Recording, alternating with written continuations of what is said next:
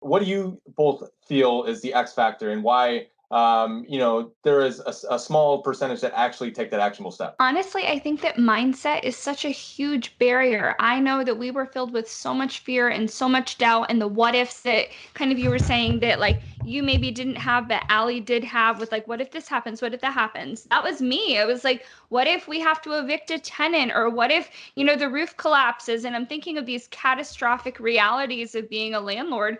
But, with my mental health background, there's a strategy of, yeah, go to that worst case scenario and then figure out how you'd figure it out. So, like, okay, what if we have to evict a tenant? Okay, is it the end of the world? No, we would have to go through the steps and checks and balances and all of that, and we'd figure it out. So I think that a big reason why people don't get into this is literally just because it's the unknown, it's scary, it's a risk, and it is hard to take risks and a big risk and spend a big amount of money. So I think once you get past that mindset and you realize, like, we literally would go through our worst case scenario. What if we can't pay our bills? We have to move in with one of our parents. We both lose our job. Like, so much has to go wrong for all of that to happen.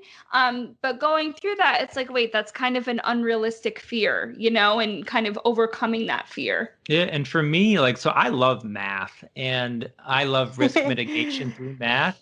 So for me, like, We're both like, oh yeah. no. So like as far as like how do I quell fear, I just math stuff out, and then I look at, okay, what's the reasonable rate of return and how much is this reasonably going to cost us, and there's like spectrums of like nothing goes wrong or everything goes wrong. It's kind of like a bell curve, and the truth is usually somewhere in the middle. And so for us, like, I understand that success leaves clues. I understand the reason why I loved real estate is because initially, like so many, I was like, I need to invent something that doesn't exist. That's what's going to get us there. And that is so hard.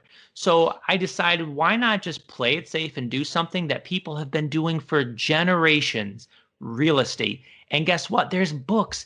Like there is a blueprint of like, do this, do this, do this, and it's probably going to work out well for you. So the more that I started reading and studying, knowledge quells a lot of fear that I have.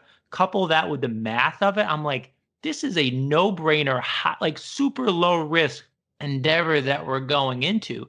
And the more that I got educated, the more that I read, went on podcasts, so on and so forth, I was like, this is actually super safe. What's really risky is if we go and buy that nice house at 123 Main Street with the $2,000 a month mortgage with the $700, car payments.